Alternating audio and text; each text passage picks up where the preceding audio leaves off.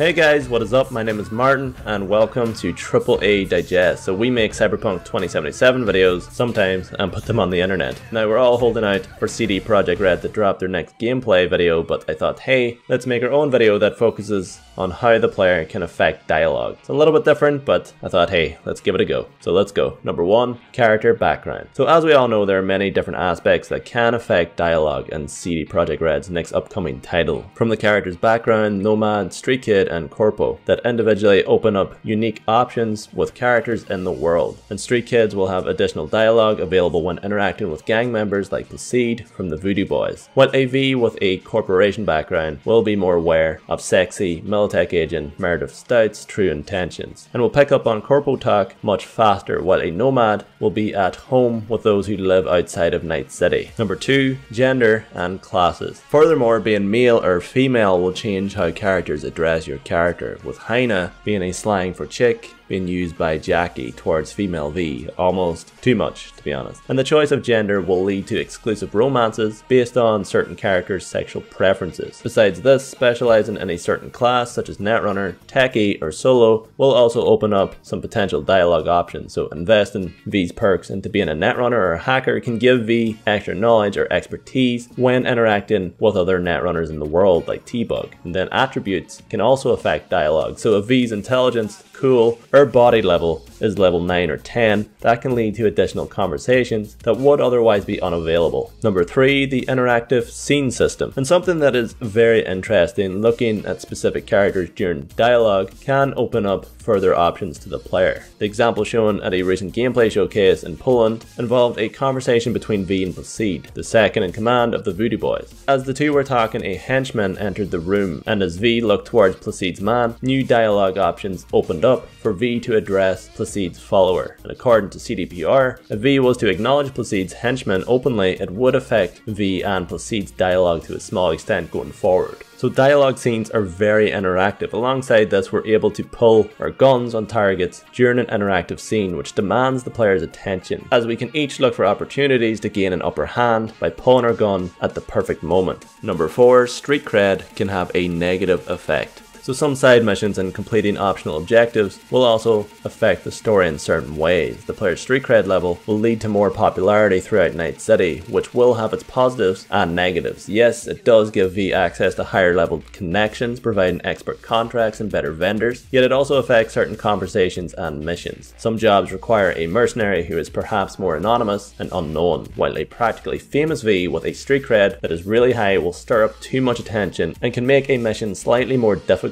So street cred will affect dialogue in the main story, as new characters can already be aware of who V is because she is famous throughout the city. Quote, street cred is earned through completing missions and it gives you access to new missions, but the fame has its costs. So there are situations in which you would rather remain anonymous, but if you have street cred, the people will recognize you. Number 5, asking questions. During an interactive conversation, we tend to have the choice between 2 to 4 options that advance the dialogue. Each will drive the scene forward, which are highlighted in gold or dark yellow. While often under those choices, we have the option to ask a question that gives us more information regarding a character, the mission itself, or offers more insight into someone's intentions before we advance the story. Often asking the right questions can lead to new options. During the 2018 gameplay demo, V approaches sexy Meredith Stout, who eventually offers V a shard that supposedly holds 50,000 eddies, which is used to purchase a spider bot from Maelstrom gang leader Simon Randall Royce. Yet ultimately the shard contains the Clap, a virus that corrupts the Maelstrom gang's mainframe, and it ultimately leads to the violent path against the gang. While if V had simply asked Meredith for some extra information regarding what's on the shard during their meeting, V and the player would have been more aware of the corporation's plans, leading to a different path and choices with Simon Randall Royce, and seemingly a peaceful way through that mission. Number 6,